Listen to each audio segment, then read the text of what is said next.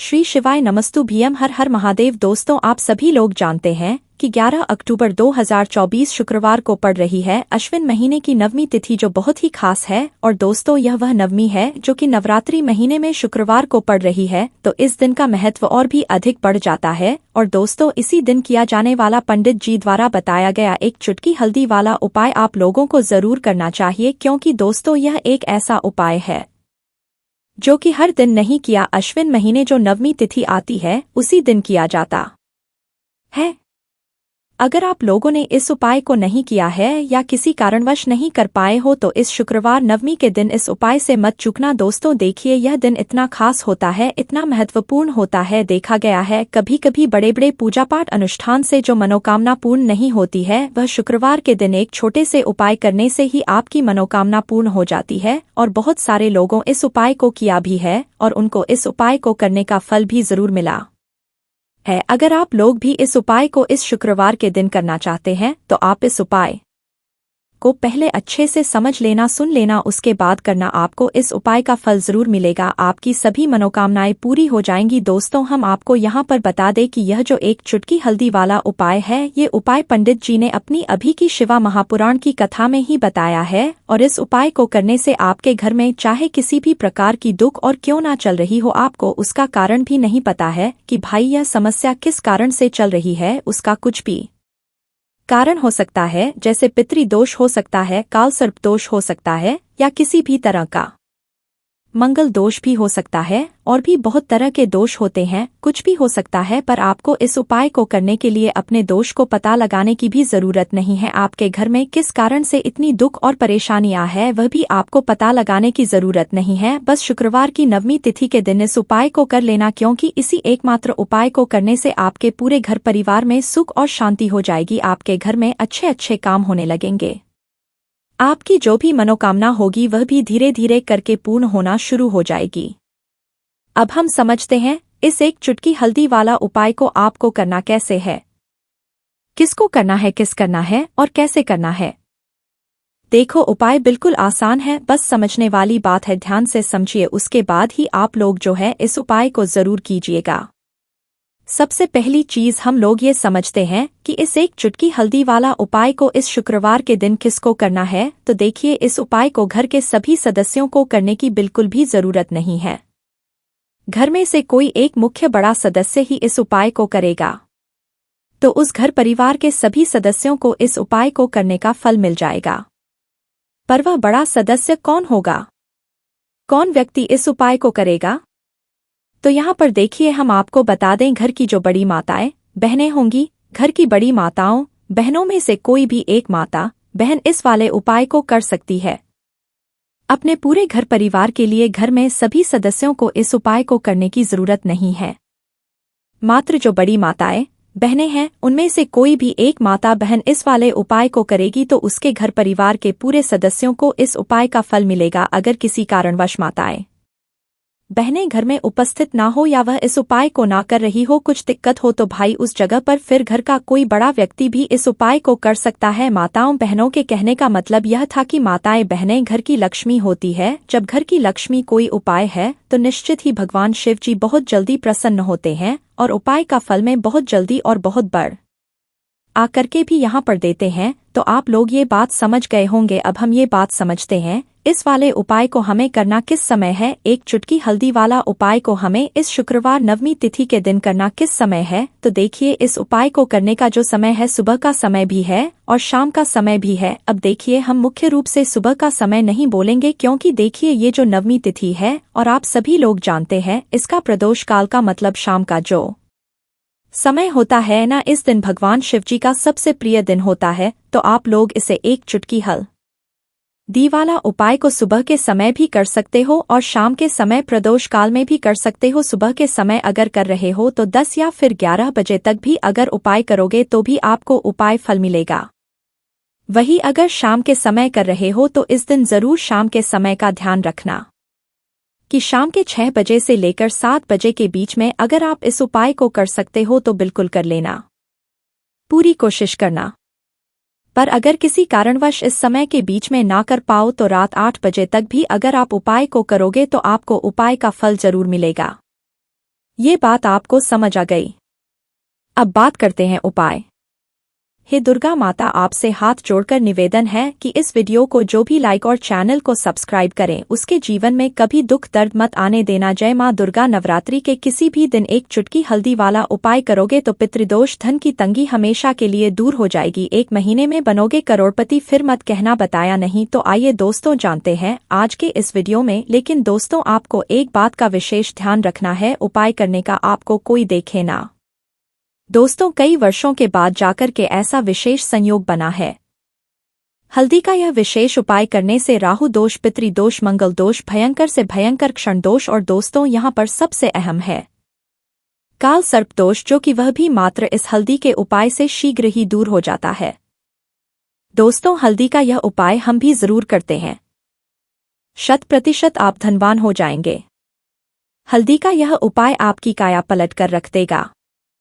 भगवान शिव जी आपसे प्रसन्न में माता पार्वती दोनों हाथों से धन की वर्षा करेंगे। साक्षात्कार काल भी कुछ नहीं कर पाएगा। इस उपाय से कंगाल भी हो जाएंगे। धनी और दिन दुगनी रात चौगुनी होगी तरक्की। दोस्तों हल्दी में ऐसा क्या है जो शीघ्र ही किसी भी व्यक्ति को रंग से राजा बना देता है, महाधनी बना देता है? हल्दी में ऐसा क्या है जो धन दौलत को तेजी से खींचने का काम करता है? अगर आप हल्दी के पीछे की पड़ताल करेंगे और इसकी असलियत तो आप भी हो जाएंगे धनवान। दोस्तों सबसे पहले तो आपको बता दें, यह उपाय इस पावन पवित्र माह में आपको करना बहुत ही आवश्यक है, क्योंकि भरोसे से ही ईश्वर को पाया जा सकता है और भरोसा ही आपकी सच्चाई है, भरोसा ही आपकी ताकत भी है। अगर आपने इस उपाय पर भरोसा कर लिए तो आप साक्षात महादेव की कृपा हासिल कर लेंगे, क्योंकि भरोसे से ही सारे कार्य होते हैं और परिपूर्ण और होते हैं। और देखिए दोस्तों, भरोसे पर यह दुनिया कायम है, अगर भरोसा नहीं यह दुनिया भी कब की नष्ट हो चुकी होती। दोस्तों पुराने समय से हल्दी का प्रयोग किया जाता है। हल्दी न केवल हमारे भोजन को स्वादिष्ट बनाता है, ना जाने कितने अनगिनत फायदे हमें देता है। माना जाता है कि हल्दी न केवल हमारे जीवन का हिस्सा है, बल्कि हल्दी सबसे जल्दी करोड़पति भी बना देता है। हल्दी चमत्कारिक रूप से लाभ प्रदान करता है। हल्दी के अंदर पॉजिटिव ऊर्जा का भंडार भरा हुआ है। हल्दी रसोई शान कहे जाने वाले अपने अंदर ना जाने कितने ही ऐसे राज्य छुपा कर बैठा है। अगर मनुष्य को पता चल जाए तो वह कभी भी करोड़पति बन सकता है। हल्दी के बारे में कुछ ऐसे उपाय प्रचलित हैं, अगर जो मनुष्य से कर ले या अपना ले तो वह निश्चित तौर अपनी गरीबी को दूर कर सकता है, वह शीघ्र ही धनी हो सकता है। हल्दी का यह उपाय रातों रात आपकी किस्मत पलट कर रख सकता है, परंतु दोस्तों याद रहे दिल से किया हुआ जरूर सफल होता है। दोस्तों भगवान शिव का जयकारा लगाते हुए वीडियो को शुरू करते हैं। दिल से कमेंट बॉक्स में लिखें हर हर महादेव। दोस्तों सबसे पहले जो उपाय है, तो चलिए सबसे पहले बात कर लेते हैं। सबसे पहले उपाय की जो कि हल्दी से ही जुड़ा हुआ है, और इस उपाय को करने से हमेशा आपकी तिजोरी धन से भरी रहेगी। कभी भी उसमें धन की कमी नहीं आएगी, पैसों की कमी नहीं आएगी और निरंतर आपके धन में वृद्धि होती चली जाएगी। मतलब जैसे जैसे समय बढ़ेगा वैसे वैसे आपका धन, आपका पैसा बढ़ेगा। अब जिसके पास पैसा है उसे अधिक पैसा चाहिए, जिसके पास नहीं है उसे तो धन चाहिए ही चाहिए। तो यह उपाय वो सभी लोग करें जो कर्जे से छुटकारा चाहते हैं, धन को बढ़ाना चाहते हैं, अपनी तिजोरी को हमेशा चाहते हैं ना कि धन से भरी रहे। वो लोग नवरात्रि नवमी तिथि में इस हल्दी वाले उपाय को जरूर करें। हल्दी की 2 साबुत गांठ आपको लेनी है। बहुत आसानी से आपको यह पूजा का जहां सामान मिलता है वहां पर मिल जाएंगी। साबुत हल्दी की गांठ लेनी है। एक पीले रंग का कपड़ा आपको लेना है और यह दोनों साबुत हल्दी की गांठ आपको नवरात्रि में नवमी वाले दिन आप अपने घर के मंदिर में मां दुर्गा को अर्पित करेंगे। हल्दी की 2 साबुत गांठ, इसके बाद घी का दीपक लगाकर उनका पूजन करेंगे। जिस तरह से भी आप पूजा करते हैं उस तरह से पूजा कर लेंगे। बाद में जब नवमी हो जाएगी उसके बाद आपको क्या करना है, दोनों साबुत हल्दी की गांठ को उठाना है। जो पीले रंग का आपने लिया था उसके अंदर आपको दोनों साबुत गांठों को रखना है। छोटी सी पोटली बनानी है और इसे अपने धन रखने वाले स्थान पर आपको रखना है, मतलब जहां पर आप अपना पैसा रखते हैं, जहां से आप लेन देन करते हैं, पैसों का उस स्थान पर रखना है। नवरात्रि में करिए ये उपाय और 1 साल के अंदर अंदर देखिए आपके जीवन में कैसे कैसे चमत्कार होते हैं, कितना बड़ा बदलाव आता है। मतलब जो तिजोरी आप परेशान है ना सोच सोचकर कि कैसे धन से भरेगी, कैसे आपके पास पैसा आएगा, क्योंकि सारे रास्ते घर में बंद हो रहे हैं, व्यापार खराब हो रहा है, कोई रास्ता नहीं है जहां से आपके पास धन आए। तो नवरात्रि में मां के ऊपर पूरा विश्वास करके एक बार सच्ची श्रद्धा से ये उपाय करिए और फिर देखिए कैसे कैसे चमत्कार होते हैं। देखिए हल्दी जो है ना, ये आपके गुरु ग्रह को भी मजबूत करती है। साथ ही साथ हल्दी जो है यह श्री हरि विष्णु से जुड़ी है, और जहां श्री होते हैं वहां धन की देवी मां लक्ष्मी वास करती हैं। तो नवरात्रि नवमी तिथि में इस उपाय को करिए और फिर देखिए तिजोरी कैसे धन से भरती है। चलिए बात कर लेते हैं दूसरे उपाय की। जल में हल्दी डालकर घर में कहाँ रखना है और इस उपाय को आपको किस समय कैसे करना है। तो सबसे पहले आपको पीसी हुई हल्दी का पाउडर लेना है। अगर आपके पास साबुत हल्दी है तो आप पीस कर भी उसका पाउडर बना सकते हैं, वरना अलग से पिसी हुई हल्दी आपको लेनी है। थोड़ा सा लेना है शुद्ध जल यानी कि पानी, और उसके अंदर आपको 2 से 3 चुटकी पिसी हुई हल्दी डाल देनी है। अब आपको इस जल को अच्छे से घुमाना है और नमो भगवते वासुदेवाय नमः ये मंत्र बोलते रहना है। तो कम से कम 11 बार ये मंत्र बोलेंगे। अगर आपको मंत्र ध्यान नहीं रहता है तो ऐसे ही श्री हरि विष्णु और मां लक्ष्मी का आपको ध्यान करना है। अब देखिए ये जो हल्दी वाला जल यानी हल्दी वाला जो पानी आपने तैयार करा है, नवरात्रि में चाहे तो नवमी के दिन आपको स्नान आदि करना है। सबसे पहले उसके बाद यह हल्दी वाला जल आपको अपने पूरे घर में छिड़कना है। जितने भी कमरे हैं, जो भी बरामदा है आपके घर में, घर की बालकनी, आंगन, सभी जगह पर आपको इस जल का छिड़काव करना है। मां लक्ष्मी का ध्यान करना है। और नवरात्रि में यह उपाय आप किसी भी दिन वैसे तो कर सकते हैं, लेकिन अष्टमी और नवमी ये 2 दिन ऐसे होते हैं जो पूरी नवरात्रि में सबसे बड़े होते हैं। बाकी दिनों में अगर आप कोई उपाय नहीं कर पाए, पूजा नहीं कर पाए, तो आप अष्टमी के दिन उपाय कर लीजिए। इस उपाय को कर लीजिए, चाहे नवमी के दिन कर लीजिए। आपकी बाकी जो दिन है पूजा के, उसका सारा फल आपको इन 2 दिनों में या 1 दिन में ही मिल जाएगा, क्योंकि नवमी जो होती है यह बहुत बड़ी है, अष्टमी भी बहुत बड़ी है। तो इस उपाय को करिए और फिर देखिए आपके घर में कैसे धन आता है। देखिए हल्दी जैसे ही आपके घर में आती है ना, आपके घर से नेगेटिव चीजों को, जो भी नकारात्मक शक्तियां हैं, उन्हें दूर करती है। हल्दी सौभाग्य का उचक है, यानी आपके सौभाग्य को बढ़ाती है। हल्दी आपके गुरु ग्रह को मजबूत करती है। हल्दी के उपाय धन को लाने का काम करते हैं और धन को बढ़ाने का काम करते हैं। इसीलिए जो लोग अपने घर में हल्दी के पानी का छिड़काव करते हैं, कभी उनके घर में बीमारियां नहीं आती हैं, कभी उनके घर में धन की कमी नहीं होती है। हमेशा ऐसे घर में अष्टलक्ष्मी मां लक्ष्मी का वास होता है, और कभी भी ऐसे घर को मां लक्ष्मी छोड़कर नहीं जाती है। क्योंकि जब हल्दी के पानी का आप छिड़काव करेंगे तो आपके घर में ऊर्जा यानी कि पॉजिटिव एनर्जी बहुत ज्यादा बढ़ जाएगी। तो हल्दी का पानी साधारण नहीं है, इसका उपाय करिए और फिर देखिए कि आप अपने जीवन में क्या क्या प्राप्त करते हैं। चलिए अब बात कर लेते हैं नवरात्रि में करने वाले तीसरे उपाय की। अच्छा, तीसरा उपाय जो अब आपको बताने जा रहे हैं, माँ दुर्गा का आशीर्वाद आपको मिलेगा, माँ लक्ष्मी की कृपा मिलेगी, श्री हरि विष्णु के आशीर्वाद से आप बहुत जल्दी धनवान बन जाएंगे। देखिए धनवान लक्ष्मी है, लेकिन किस व्यक्ति को कितना देना है यह श्री हरि विष्णु के हाथ में ही होता है। और हल्दी का उपाय आप करते हैं तो श्री हरि विष्णु आपसे प्रसन्न होते ही होते हैं। अब आपको करना क्या है, आप यहाँ पर पिसी हुई हल्दी लेनी है, उसके अंदर थोड़ा सा जल डालकर उसे गिला कर लेना है, यानी पेस्ट बना लेना है। ठीक है ना, ज्यादा पतला नहीं करना है, आपको ज्यादा पानी नहीं डालना है, थोड़ा ही पानी डालेंगे। ठीक है ना, गाढ़ा गाढ़ा सा पेस्ट बना लेंगे। एक यहाँ पर आपको थाली लेनी है, उसके हल्दी से स्वास्तिक बनाना है, और इस स्वास्तिक के ऊपर आपको थोड़े से पीले चावल रखने हैं। ठीक है ना, आप यहाँ पर सफेद चावल भी रख सकते हैं। अगर आप पीले चावल रख देते हैं तो बहुत उत्तम है।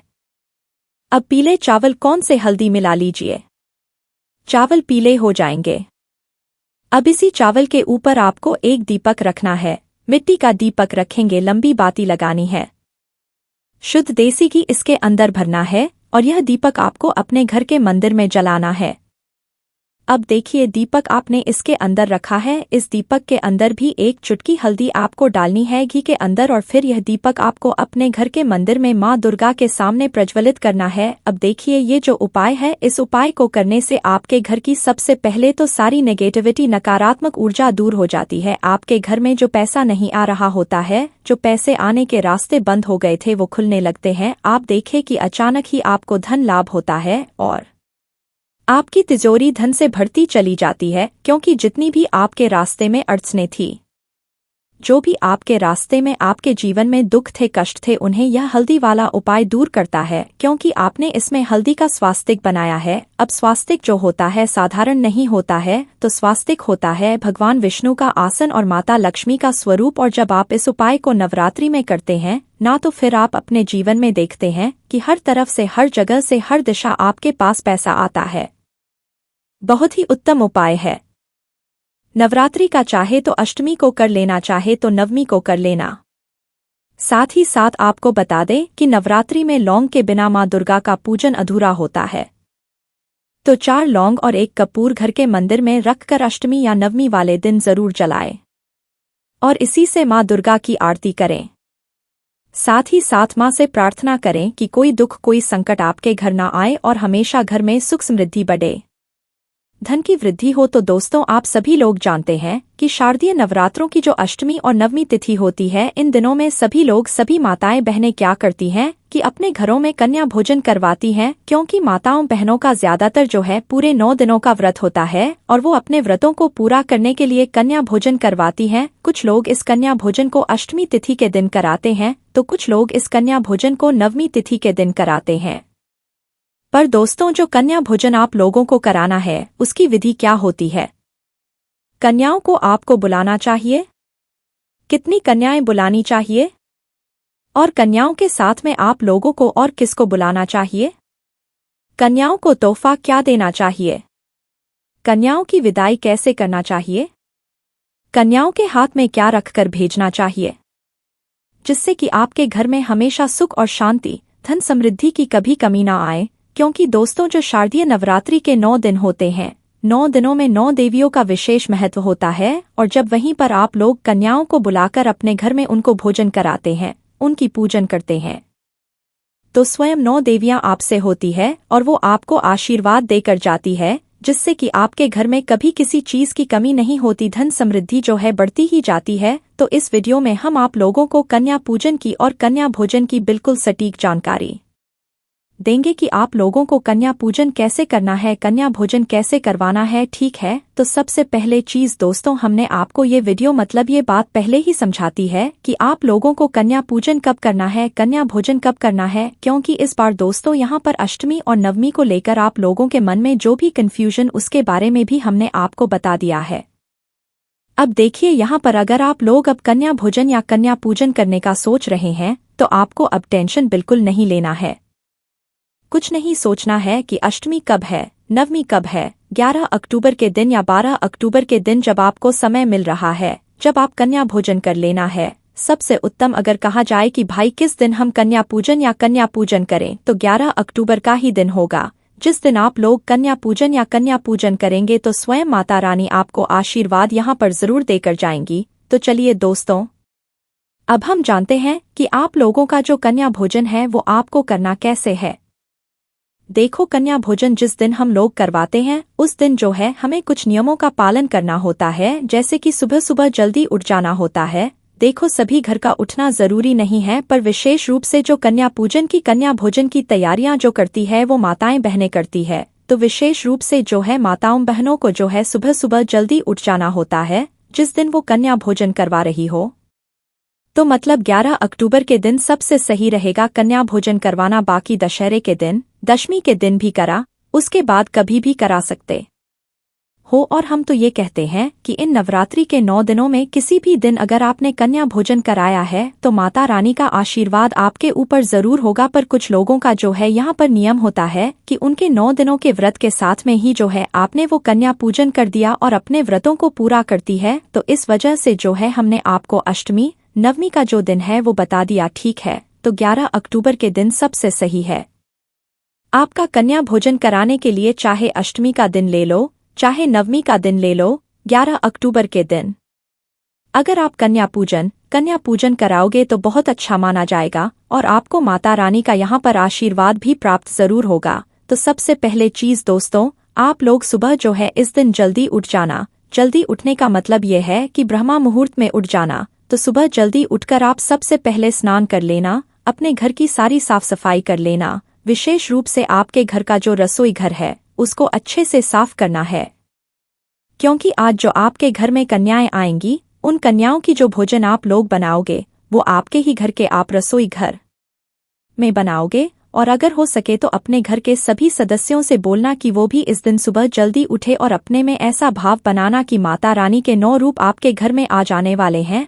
माता रानी के जो है स्वयं माता रानी आपके घर में आने वाली है, ऐसा भाव बनाकर आप सुबह जल्दी उठना, अपने घर की पूरी साफ सफाई करना, घर के रसोई घर की साफ सफाई करना और स्नान वगैरह से सारे कामों से निवृत्त हो जाना। देखो, स्नान करने के बाद ही अपने घर के रसोई घर में प्रवेश करके उसकी साफ सफाई करना। बिना स्नान किए इस दिन जो है रसोई घर में प्रवेश मत करना। और जगह की आप साफ सफाई करो, उससे दिक्कत नहीं है, पर रसोई घर की साफ सफाई कोशिश करना कि स्नान करके ही आप लोग करो है, ना तो करके अपने घर की साफ सफाई करके। आप लोगों को क्या करना है कि अपने घर के भगवानों को सबसे पहले स्नान कराना है, उनको भी शुद्ध करना है और उनकी पूजन अर्चना करके सारे कामों से जो है आपको निवृत्त हो जाना है।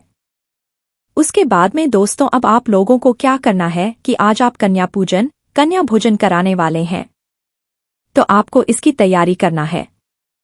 अब देखो, आपने आपको 11 अक्टूबर का दिन बोला है, तो अब आप कुछ समय मत देखना कि भाई इतने बजे से लेकर इतने बजे के बीच में हमें कन्या पूजन करना है या दोपहर में करना है या सुबह करना है। कुछ मत देखना। आपका मन अगर सच्चा मन बनाकर रखा है कि आज मैं 9 देवियों को प्रसन्न करूंगी, तो भाई आप लोगों को मात्र ये अपने मन में रखना है कि आज आपको अच्छे से कन्या भोजन करना है, कन्या पूजन करना है। समय को भूल जाना, दिन भी भूल जाना है, आपको बस कन्या भोजन पर ध्यान देना है। आप फिर देखना कि माता रानी कैसे आपको आशीर्वाद देकर जाती है। तो करना क्या है, सबसे पहले चीज आप लोगों को सुबह सुबह तैयारियां करना शुरू कर देना है ना। जो भी आप भोजन में बनाने वाले हैं, जो भी चीज आप बनाने वाले हैं, जैसे ही सुबह के 7, 8 या 9 बजते हैं, उस समय आप लोगों को क्या करना है कि आप जिस कन्या को बुलाने के लिए लेकर वाले हैं, आपको उनके घर पर जाना है। अब उससे पहले ये बात आती है कि हमें कितनी कन्याओं को अपने घर पर कन्या भोजन के लिए बुलाना है। तो देखो, विशेष रूप से नवरात्रि के पूरे 9 दिन होते हैं, 9 देवियों के दिन होते हैं, तो यहाँ पर आपको कम से कम 9 कन्याएं आप लोगों को जरूर ढूंढ कर लानी है। कितनी? 9 कन्याएं। देखो, ढूंढने पर हर चीज मिल जाती है, भले ही थोड़ा आसपास मिले, थोड़ा दूर मिले, पर मिल जाती है। तो कम से कम 9 कन्याएं तो आप लोगों को लेकर आनी ही आनी है। और 9 कन्याओं से ज्यादा होंगी तो भी चल जाएंगी, पर जो 9 कन्याएं होंगी उनके लिए करना कि वो 9 कन्याएं 2 साल से लेकर मतलब 10 साल के बीच में हो, चाहे 2 साल से 5 साल के बीच में जो है जितनी कन्याएं मिल जाए आप उतनी ले लो। पर हमने आपको अनुमान से बता दिया है कि 2 साल से लेकर 10 साल के बीच की जो है आप लोगों को कम से कम 9 कन्याएं जो है ढूंढ कर लानी है ना। अब जैसे ही आप लोग 9 कन्याएं लेकर आ जाएंगे, उसी के साथ में दोस्तों आप लोगों को एक छोटा लड़का भी साथ में जरूर लेकर आना है ना। 1 ले आओ, 2 ले आओ, 3 ले आओ, 5 ले आओ, उससे फर्क नहीं पड़ता, पर कम से कम एक छोटा लड़का जरूर चाहिए जिसकी उम्र जो है 2 से 5 साल के बीच में चाहिए। तो इस बात का ध्यान रखना है। और इसके अलावा कन्या आप जितनी ला सकते हो लेकर आ जाओ, पर 9 कन्याओं का यहाँ पर विशेष यहाँ पर महत्व है। और एक छोटा लड़का भी आप लोगों को जरूर लेकर आना है। अब करना क्या है, पहले तो एक बार सुबह आपको इनके घर पर बुलावा देकर आना है। बुलावा कहने का मतलब है कि आज हमारे घर पर कन्या भोजन है, तो आप हमारे घर पर आइएगा। आप अपनी लड़की को भेज दीजिएगा, आप अपनी बच्ची को भेज दीजिएगा हमारे घर पे। ऐसे आपको जो है सुबह सुबह जिन जिन के घर भी कन्या है उनके लिए जो है बुलावा देकर आना है। ये काम आपका सुबह का है, तो सुबह जैसे ही एक बार बुलावा देकर आ जाओ, जिन जिन को भी आपको बुलाना है सबको बुलावा देकर आ जाओ। उसके बाद में घर आकर अपने जो सारे काम हैं अब आप उनको करना चालू करो। जैसे कि सबसे जरूरी है भोजन। देखो, जो कन्याएं आएंगी उनके लिए भोजन ऐसे बनाना, आप माता रानी के लिए भोजन बना रहे हो। भोजन में सबसे जरूरी अगर कोई चीज है तो वो है खीर पूरी। आप और चीज़ बनाओ मत बनाओ, पर खीर पूरी जरूर बनाना। जो खीर बनाओगे आप लोग वो चावल की और शुद्ध देसी गाय की दूध की होगी तो और ज्यादा अच्छा होगा। देखो खीर पूरी बना रहे हो, ठीक है। अगर आप लोग सब्जी कोई बना रहे हो, गीली सब्जी तो इस बात का ध्यान रखना कि आप उसमें लहसुन प्याज नहीं डालोगे, क्योंकि यहाँ पर बिल्कुल शुद्ध भोजन कन्याओं को कराया जाता है। भले ही आप लोग और दिनों में डालते होंगे, पर इस दिन जो है अच्छे बर्तनों में खाना बनाइएगा, क्योंकि माता रानी का भाव बनाकर आप लोग भोजन बना रहे हैं तो वो माता रानी का ही भोजन बनेगा। तो अच्छा भाव बनाकर भोजन बनाइएगा। उसके साथ में उसमें लहसुन प्याज बिल्कुल मत डालिएगा और अपने भोजन को तैयार कीजिएगा। इसके अलावा जो भी आपकी श्रद्धा है बनाने के लिए वो आप बना सकते हो। पापड़ वगैरह तलना है वो सारी चीजें आप लोग कर सकते हो। और हो सकता है भाई कुछ यहाँ पर व्रत भी होगा तो उनके व्रत के लिए जो है आप फलाहार वगैरह या कुछ फल फूल वगैरह पहले से जो है तैयार करके रख सकते हैं। तो ये तो चीज हो गई भाई इन कन्याओं के भोजन की। अब इसके अलावा दोस्तों जब कन्याएं आएंगी तो उसकी भी आपको तैयारी करनी है। उनके चरण धुलाने के लिए आप लोगों को पहले से कोई पात्र रखना है ना। जल का तो भाई वो पहले से रखना। उसके बाद में कन्याओं के श्रृंगार के लिए आपको चुनरी रखनी है। हर एक कन्या के लिए एक एक चुनरी होगी। उनके लिए एक थाली तैयार करनी है जिससे आप उनका तिलक वगैरह करेंगी, उनको उनके पैरों में माहौल वगैरह लगाएंगे। तो ये सारी चीजें जो है पहले तैयार करके आप लोग रख लीजिएगा। उसके बाद में दोस्तों उनकी विदाई के लिए आप लोगों को सामग्री रखना है। देखो विदाई में ना आप लोगों को एक चीज जरूर रखना है। आप लोगों को अपने घर से जो है उनके लिए कुछ ऐसी चीज देना है जिससे कि उनका हाथ घर से भरा हुआ जाए। मतलब कि चाहे वो आप एक फल ले लो, केला ले लो, सेवन ले लो, कोई भी चीज ले लो, पर वो आपको उनके हाथ में रखकर जरूर देना है। तो इतने फल फूल आप लोग मंगा लीजिएगा जो कि सभी कन्याओं में हो जाए। और हो सके तो भाई थोड़ा थोड़ा सा गेहूं जो है गेहूं चावल जो आपको मतलब मिल जाए, मतलब के रूप में विशेष रूप से गेहूं। क्योंकि दोस्तों आप लोगों ने देखा होगा गांवों में क्या करते हैं कि जब कोई कन्या को मतलब भोजन कराते हैं तो उनके साथ में जब वो जाती हैं तो विदाई करते समय उन्हें गेहूं देते हैं ना, और पैसे भी दे देते हैं। पर गेहूं का यहाँ पर विशेष महत्व होता है। उसका मतलब ये होता है कि जब आप कन्याओं को अपने घर से गेहूं रखकर भेजते हो तो भाई आपके घर में भी उस चीज की कभी कमी नहीं आने देती है।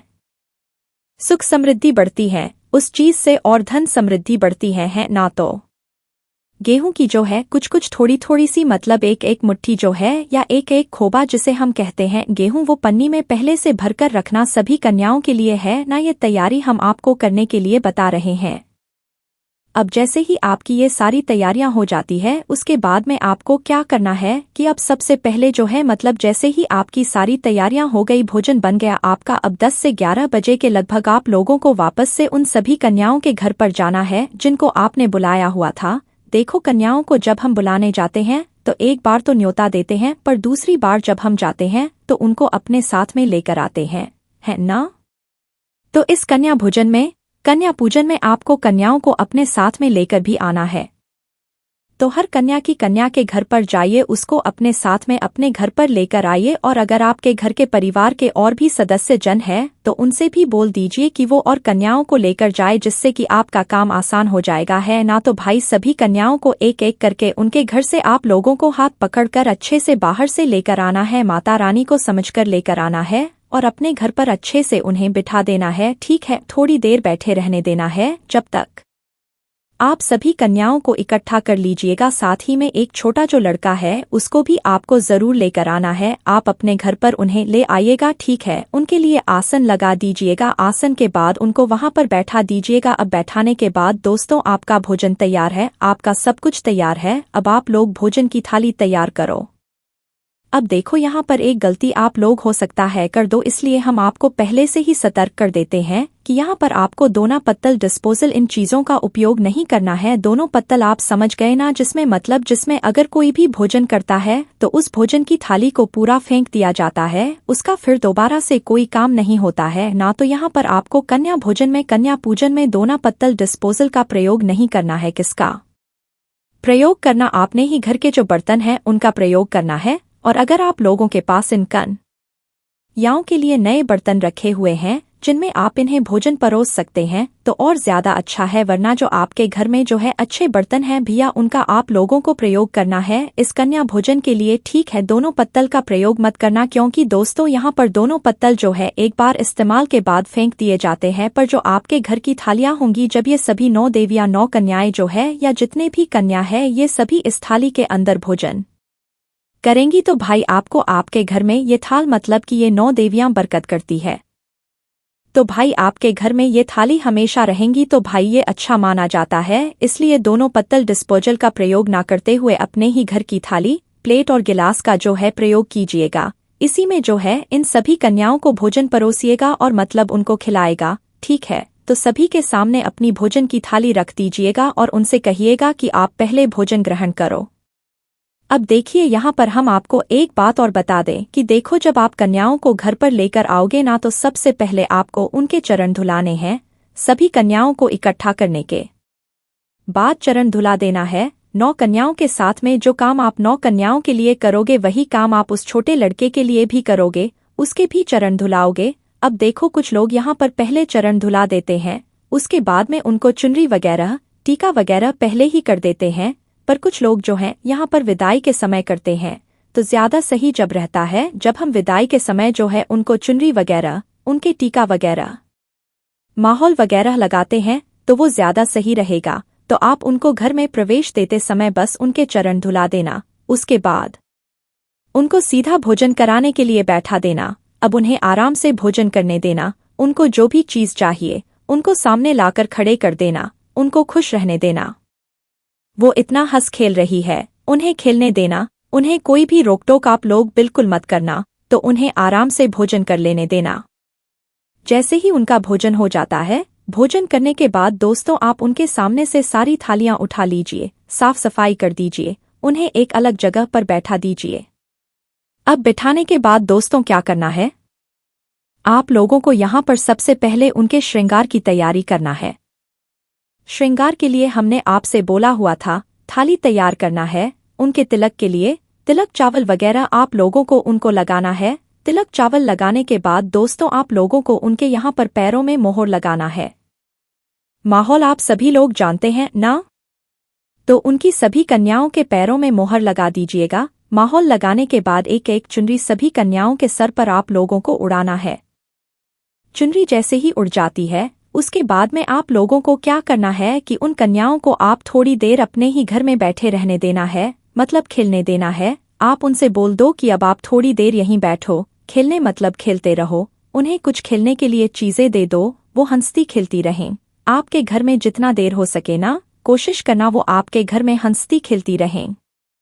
और जैसे ही मतलब खेल वो थक जाती है, उनका मन भर जाता है, उसके बाद में अब आप करना अपनी विदाई की तैयारी है ना। तो देखो विदाई में आपको क्या देना है वो सबसे पहले सुन लो। देखो, बिना मतलब कन्या की जब आप विदाई करो तो उसके पैर छुए बिना आप लोग उन्हें घर से मत जाने देना है ना। विदाई के लिए हमने आपसे बोला कि थोड़ा सा गेहूं मतलब गेहूं थोड़ा सा, हम आपको बस उदाहरण दे रहे हैं। आप ज्यादा गेहूं भी ले लोगे तो भी कोई दिक्कत नहीं है ना। तो गेहूं को एक पन्नी में पहले से भरकर रखना है कि अगर कन्या अपने साथ में कुछ लेकर आई हो तो उन्हें उसके अंदर गेहूं भर के दे देना। ठीक है, तो गेहूं तो आपको देना ही देना है, इससे आपके घर में उस चीज की कभी कमी नहीं। तो गेहूं आपको देना है। उसके बाद में कुछ पैसे आप लोगों को रखना है, भले ही 2 रुपए रख लो, 5 रुपए रख लो, 10 रुपए रख लो। जो एक कन्या को दोगे वही सभी कन्याओं के लिए करोगे। किसी कन्या को ऐसे ज्यादा कम नहीं दोगे, सभी कन्याओं को बराबर दोगे। तो 2-5 रुपए जितने आप लोग रखना चाहते हो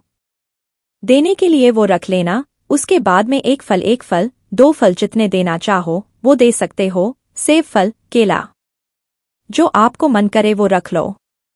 एक फल आप लोगों को रख लेना है। उसके बाद में अगर आप लोग कुछ अलग से भी गिफ्ट देना चाहते हो, पेन, पेंसिल, गुड़िया वगैरह, कुछ मेकअप का सामान जिससे खुश हो जाएं, जिसे देखने के बाद, जो तोहफा देखने के बाद वो खुश हो जाएं विदाई में, तो भाई वो भी आप लोग रख सकते हो। तो जो भी अब आपका मन करे विदाई में देने के लिए, आप उनकी विदाई में वो जो है सभी कन्याओं को तोहफे दे दो। और तोहफे देने के बाद सभी कन्याओं के पैर छुओ। आप छुओगे पैर, साथ ही में आपके घर के सभी सदस्यों से भी कहो कि वो भी पैर छुए और कन्याओं से आशीर्वाद लें। और जब कन्याएं उससे आप लोग आशीर्वाद ले लो, और जब कन्या आपके घर से जा रही हो तो उस समय आपको सभी कन्याओं से क्या बोलना है? आते जाते रहना, ऐसा नहीं बोलना। ऐसे नहीं कि आपने पैर पड़े और सीधा घर छोड़ा है, नहीं। आपको उनसे बोलना है कि हमारे घर पर आते जाते रहना, क्योंकि 9 देवियां हैं, तो 9 देवियों को कभी हम ऐसे बिना बोले तो कहते नहीं हैं कि भई मतलब आप सीधे चले जाना। कोई भी मेहमान अगर हमारे घर पर आते हैं तो हम उसे क्या कहते हैं? डबल से आना है। तो उसी तरीके से 9 देवियों से या 9 कन्याओं से आप लोगों को क्या कहना है? कि आते जाते रहना है। और आते जाते रहना कह के जो है, आप लोगों को क्या करना है? एक एक कन्या को उसके घर तक छोड़कर जाना है। अच्छे से बिल्कुल खुशी खुशी छोड़कर आना है। कुछ भी यहाँ पर आपको दिक्कत नहीं करना है।